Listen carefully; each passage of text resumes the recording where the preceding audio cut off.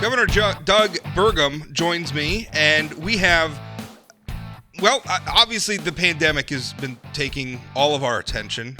Maybe not all of it. We got to escape from it sometimes, but gosh, we've all been paying attention. Lots and lots of news. In North Dakota, our numbers have not been going in the right direction of late, and there's a lot of variables that are probably contributing to that, but we're in such new territory. I don't know. Sometimes it seems to me like a lot of people pretend like they have the silver bullet, and they don't.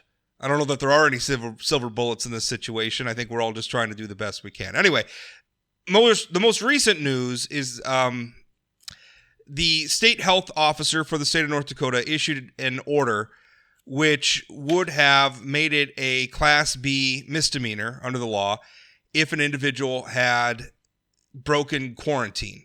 And essentially, if you came in contact with somebody who was positive, you're supposed to quarantine yourself. And if you weren't following that, you could have been guilty of a misdemeanor crime. That, the day after it was issued, was subsequently rescinded. And here to talk about that is Governor Burgum himself. Mr. Governor, how are you? Good morning, Rob. Thanks for taking the time to have me on this morning. Certainly. So tell us, how did this come to be? I mean, first of all, how did the original order come to be, and then why was it rescinded? Well, we have to go back last year, actually, to April, because there was an order on the books from last April about household contacts. And so Dr. Mariani, our interim state health officer, is doing a great job. Just joined us here in September. He noticed when he was coming up to speed that we weren't in line with the CDC guidelines. CDC guidelines are that these, quarantine recommendations should apply for not just household contacts, meaning someone you're living with, but close contacts, someone that you would have come in close contact with if you were positive.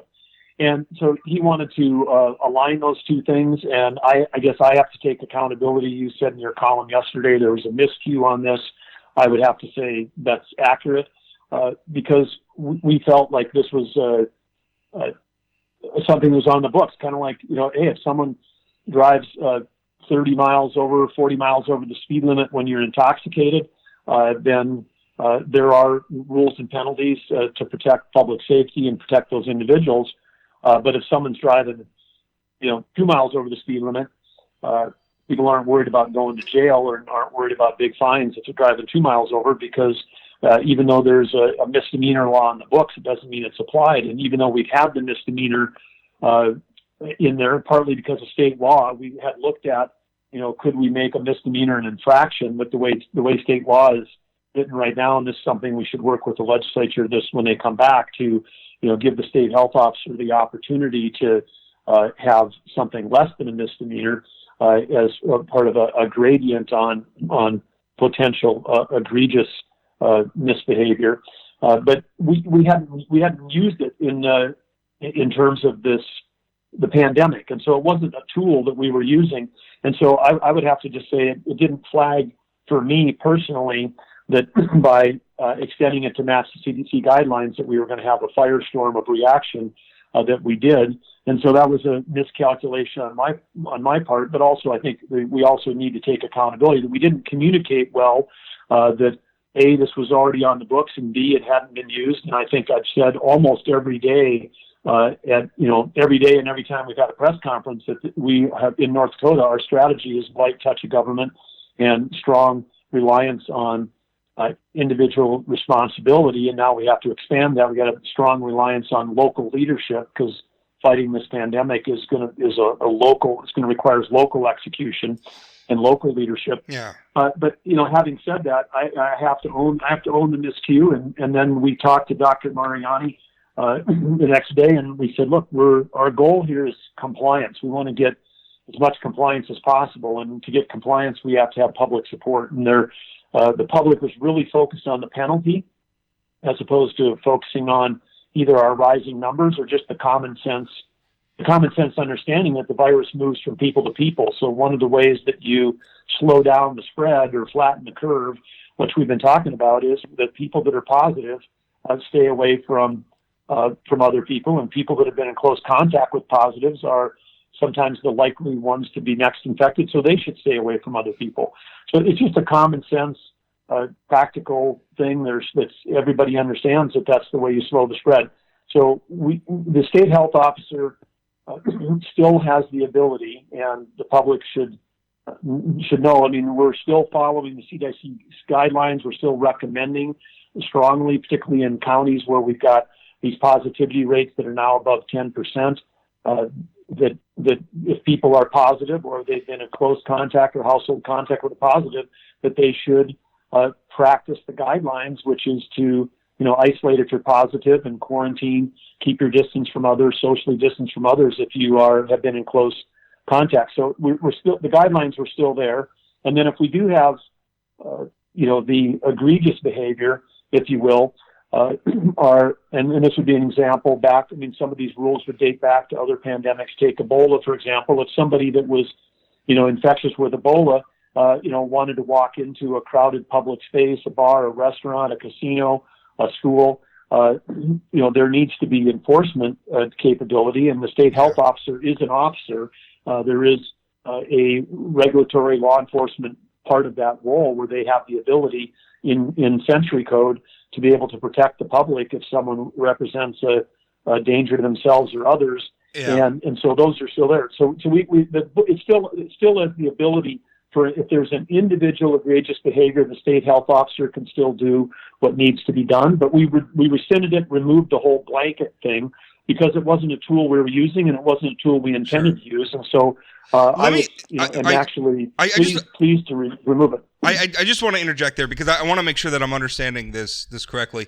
Essentially, you have the state health officer, and they're kind of what you were just referring to, saying that there's a regulatory or law enforcement aspect. They're sort of the top cop when it comes to the pandemic. So essentially, if the state health officer issues an order saying, hey, you have to quarantine after coming in close contact, per the Century Code, violating that order has to come with a misdemeanor charge. Am I understanding that right?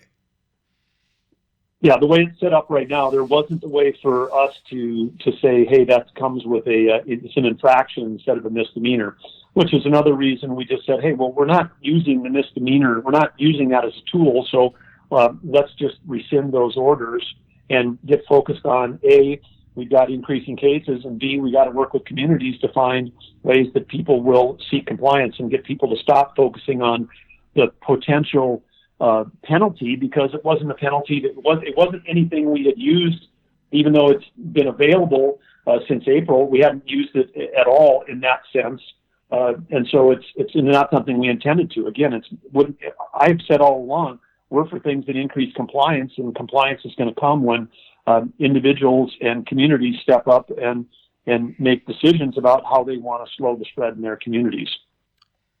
Do you feel like, because part of what I was thinking about when I was thinking about the order itself is, if you accuse somebody of a crime, all sorts of things kick in, right? We have all sorts of laws and rights and jurisprudence that says, if you're saying that I committed a crime, well, now I get access to a public defender if I need one. I get access to due process and the courts and all of those other things that, for a lot of excellent reasons, is a very lengthy process. Was the state prepared to delve into that if need be, if this had been enforced, or was this just sort of something where, well, the law requires us to make it a misdemeanor, so we made it a misdemeanor? I don't even think it was that. I think it was more about, because theoretically those are all interesting questions, but there wasn't the intention or the action. Gotcha. Our record proves that we were not, we didn't feel that this was a way to help slow the spread, and we weren't using it. So again, a easy decision to say, let's just rescind the order and then focus on what we can do to address the rising numbers that we have and get people off these theoretical possibilities of what could happen there. Because, like I said, we weren't using it. It wasn't part of our strategy, and it's not our intention. And I think we know in North Dakota it wouldn't work. That's been the difficult thing right, is we know what we want people to do. We want people to wear masks. And I think people should be wearing masks. I wear my mask when I go out in public. We want them to wear masks. We want them to socially distance. We want them, if they have a close call with somebody who we know has it, we want them to quarantine so that we could potentially stop the spread right there. The problem, though, is encouraging people to do it and getting them to actually do it. And that is such a fine line. And I think there's a lot of people, they just think it's simple. We'll just make a law, right? We'll just make a law. And this is actually a debate I had with your opponent, Shelley Lenz. I had her on the radio the other day. We had an hour-long conversation, and this was sort of because she was saying she was for a mask mandate. And I said, okay, well, what's the potential penalty? If somebody violates the mask mandate, are we going to arrest them? Are we going to write them what amounts to a speeding ticket? What are we going to do? And she couldn't answer. And I think that becomes the really difficult thing as we see, we had an incident in South Dakota where a gentleman was let out of I think it was a school board meeting by uniformed police officers. We had another incident somewhere else in the country where a woman was tased at a high school football game because she didn't want to wear a mask. This is a difficult thing. And I think it's really interesting. And I think it's the most important thing is to be focused on compliance. Like, we have to persuade people that this is the right thing to do. I think if we go out there and start trying to use force, we're going to get more pushback. Like, we're not going to increase compliance. Instead, we're going to create ourselves all sorts of other problems that are distracting from the primary problem, which is the fact that we have a pandemic. Is that how you view it as well? Yeah, I agree completely with that. We want to find out ways, and we have, I think everything's kind of a bell curve. I mean, we've got people in our state that think we're not doing enough and we should have more mandates. We have people on the other end that think we're doing too much and the pandemic isn't even a real thing. I think we just have to focus on what we know, and what we know is that we've got rising number of cases. We've got rising positivity rates in some counties. We've got some places like Grand Forks that have done a great job with putting mitigation in place, like closing the bars at 11 o'clock for a few weeks and, students wearing masks. I mean, they've done some things and they've got their numbers cut in half from a positivity rate. So we know from around the country, around the world, that mitigation works, but we end up having two debates. One is about, the penalties if you don't comply with mitigation. In North Dakota, with the light touch, we're kind of saying, let's not focus on the penalties. Let's just focus on an individual responsibility. Who wants to help slow the spread? And if those that don't want to wear masks and they have a right to not wear a mask in North Dakota, that's your right to do that. Then they can choose based on, I say, finding their own why. I mean, if they've got a child with a immune deficiency, they probably want to wear a mask. If you're going to be visiting your grandma and grandpa in the nursing home, you may want to make sure that you're not going to large gatherings so that you might infect them the next time you see them. People have to find their own why and their own motivation, but there are some people that don't believe that this is a threat at all, and we probably can't ever change their minds. What we need to do is have a majority of the people, the folks that do feel they've got a responsibility to themselves and their communities, and that we get compliance from that group. That's going to be enough to help bend the curve. And so it's like all things, we don't need to have 100% compliance.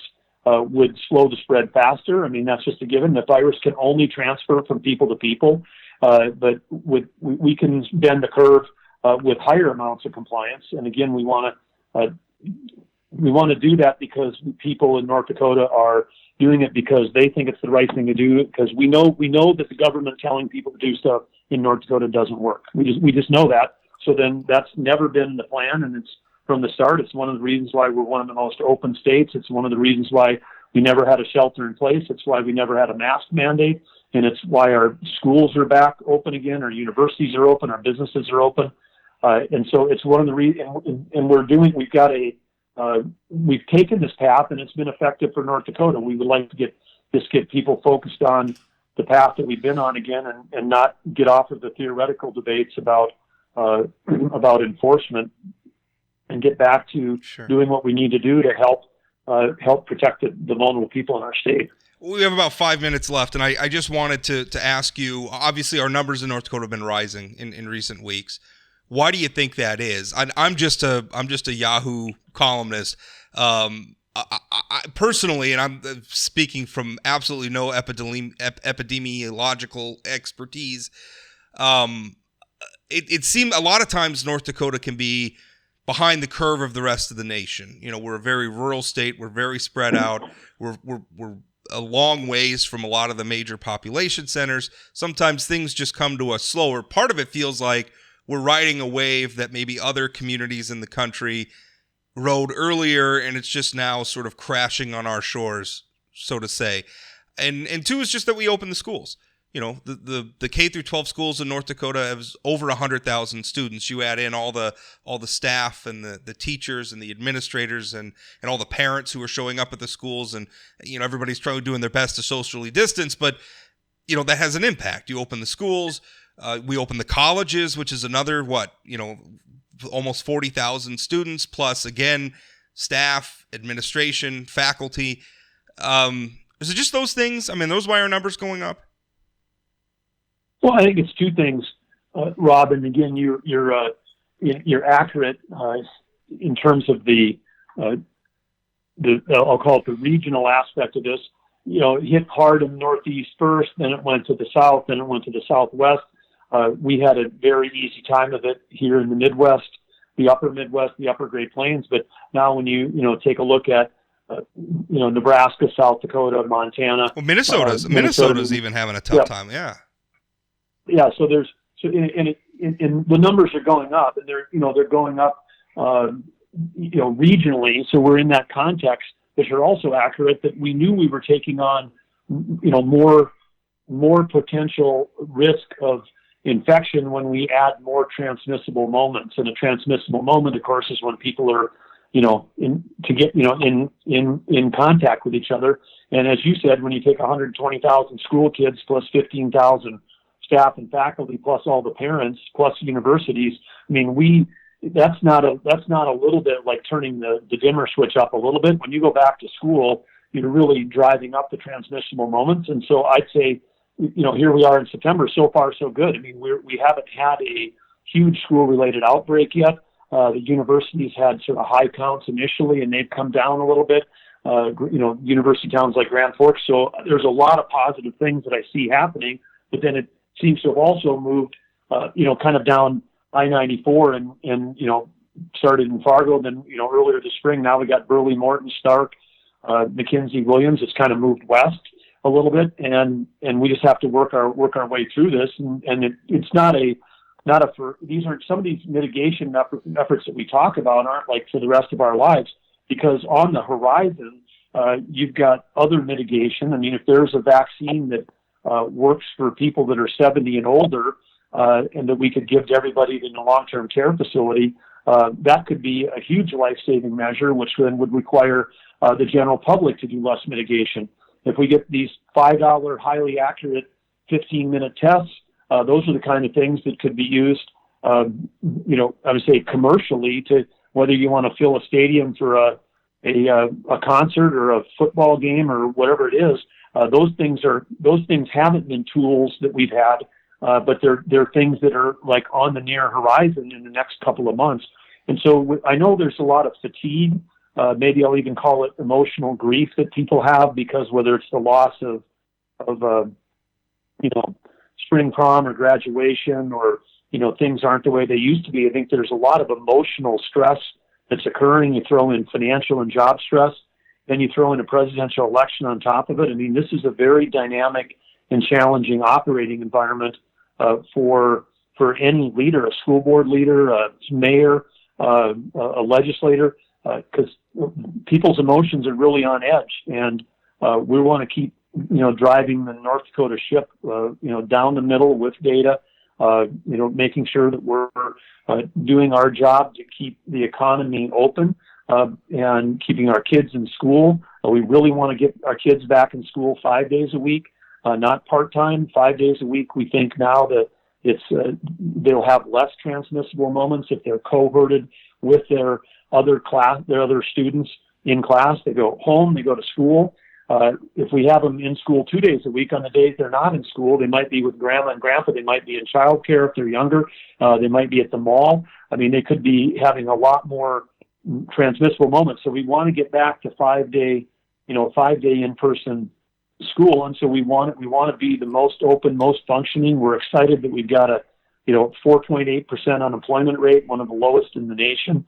We want to keep going in that direction. But the path for us to succeed on that is communication, it's common sense, it's collaboration, it's community leadership, it's all of those things. It's not the heavy hand of government or law, because we know that doesn't work in North Dakota. It's never been our strategy, and again, misstep on my part with this thing slipped through this week, but fast correction. Yeah. And away we go again, staying the course. Well, that was that was one thing that I noticed on social media, and our time's up. But one thing I noticed on social media was a lot of people praise how reactive your administration was. Something came out, a lot of people had a problem with it. You listened and you acted. And honestly, I think that's how it works. If you're expecting perfection out of your public officials, you're not going to get it, because nobody's perfect. But the most we can hope for is responsiveness and accountability, and it seems like we got it here. So I appreciate that, and thanks for your time. Well, thank you, Rob. And one last thing I just want to say in closing is, in support of our local public health teams, they're working so hard, and they care deeply about people's health. That's their job. Their job isn't to look holistically about the economy and about education and all this. Their job is on health.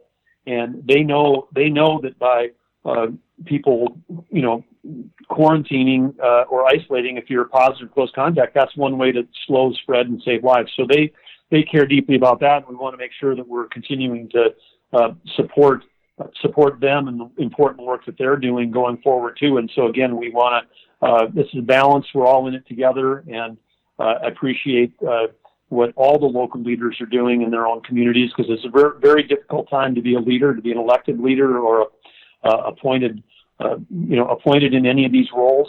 And again, have a lot of gratitude for what people are doing, but also gratitude for you, because you're helping to provide a reasoned, thoughtful voice in a place where people can get good facts. So appreciate the important role you're playing as well. Well, thank you, Mr. Governor, and thanks for your time. Take care. Thanks, Rob.